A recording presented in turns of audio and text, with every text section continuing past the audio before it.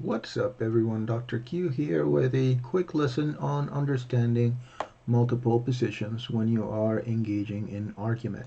Now, something that you want to always be aware of is that even though a lot of times people like to frame arguments as a binary, meaning do you agree or disagree with the question, or do you support or not, or are you for or against something, uh, that framing can sometimes be a little bit disingenuous as it tends to miss the broad range of opinions, of positions, if you will, that might exist in any given conversation. So, to give you a couple of examples, these are topics that some of you are writing about in your papers. A lot of people like to frame policy questions in a way that suggests that you can either be for or against the whole package. For example, if we take into consideration the Green New Deal, that's a legislation that one of you chose to write a paper on. The Green New Deal is an incredibly complex piece of legislation that includes a lot of regulations, that includes a jobs section, and so on, right? So it's not something that you can necessarily be completely for or against. It might be that someone agrees with some parts of the bill, but not with others. It might be that someone might agree in principle with what the bill suggests, but disagrees with the way that it's perhaps being implemented or being funded, and so on. The same is true with the abortion conversation, which a lot of you are writing about. A lot of people like to frame the question of are you pro life or pro choice?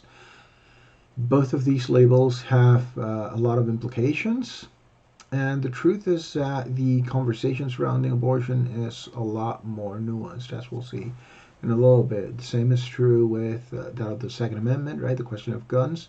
Do you support guns or are you anti-guns? That's a really, again, disingenuous way of framing it, very reductive, if you will.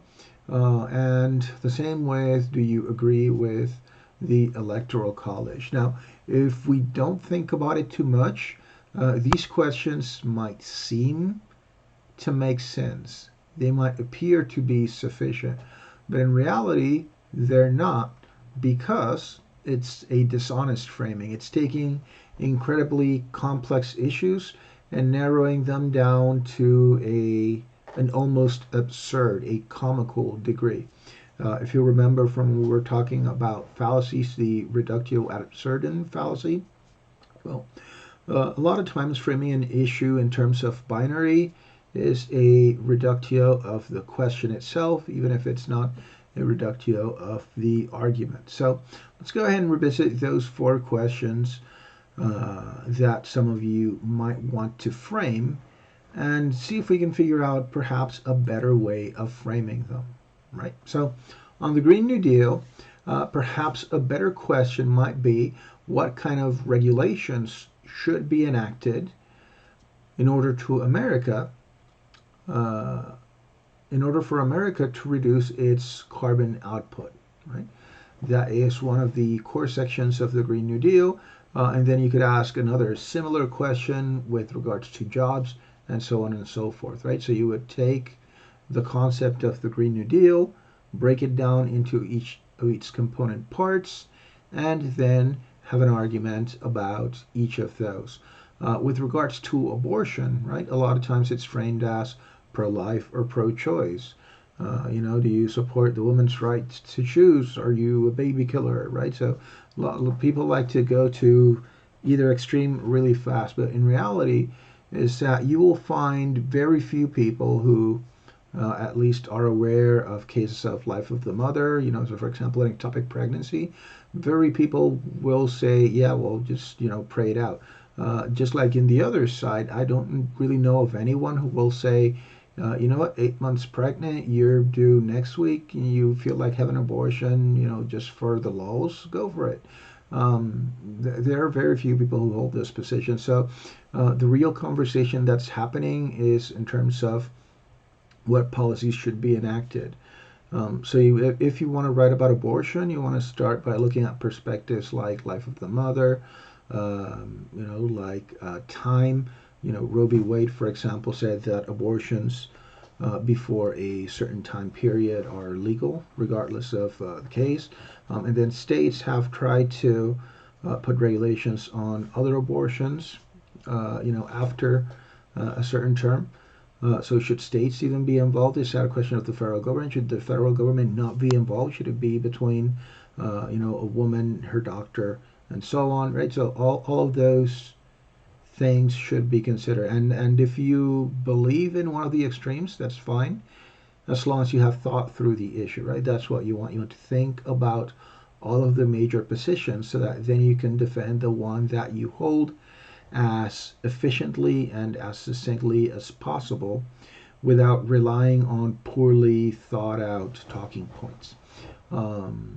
The same with gun laws. A lot of people will go like, oh, well, you just hate guns, or you just hate regulations, or, and so on and so forth. So you want to make sure that you avoid those really simplistic talking points and you get down on the policy.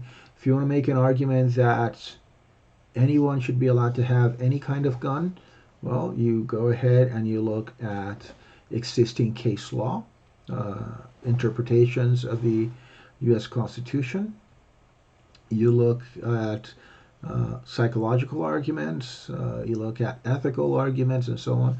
And the same is true if you're going to make the case for some kind of regulation, whether that regulation is that you should ban magazines and cartridges of certain sizes, whether you should ban certain specific guns, whether you should ban people with a violent history of owning guns, or if you're just going to let anyone do whatever and purchase any kind of gun, right? So whatever position you have, you want to make sure that you are able to fully defend that perspective. And for you to do that, you need to be aware of the broad spectrum of the conversation, not just the 2 or 3 talking points that you might be familiar with because you follow one guy or another on social media. Same is true of the Electoral College, right? So instead of saying, are you for or against the Electoral College? Well, how should the current electoral system change? Some people might say none at all. And those who say it should change will have multiple perspectives, right? So this is a core of the issue. You never want to narrow down an issue, a discussion, to for or against. You want to make sure that you look at the broad spectrum of opinions that exists within that conversation, because this will allow you to be transparent, to open up the discourse, and then of course to better understand everyone's perspective. And if you understand where other people are coming from, what they say, and why they think the way that they do, you will be better equipped to argue against them and to argue in favor of your own position. All right. So keep that in mind as we move on with the next unit. You will have to write a paper where you explain multiple perspectives. We're going to stick with the issue that you've already chosen, and you will look at 3 perspectives. One of them could be yours. Another one could be the most extreme perspective on one side of the issue. And a third perspective could be another one on the other extreme. Let's say that you are one of the students who wants to write about abortion, for example. If your perspective is pro-life, full stop, well, you still need to talk about the perspective of people who say that abortion should be fine in cases of life of the mother.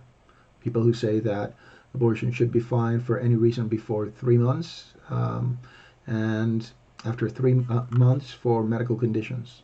The position of people who say, it's a woman's choice. It's her body, her choice, for any reason, at any time, right? Now you have 4 perspectives, not just 2.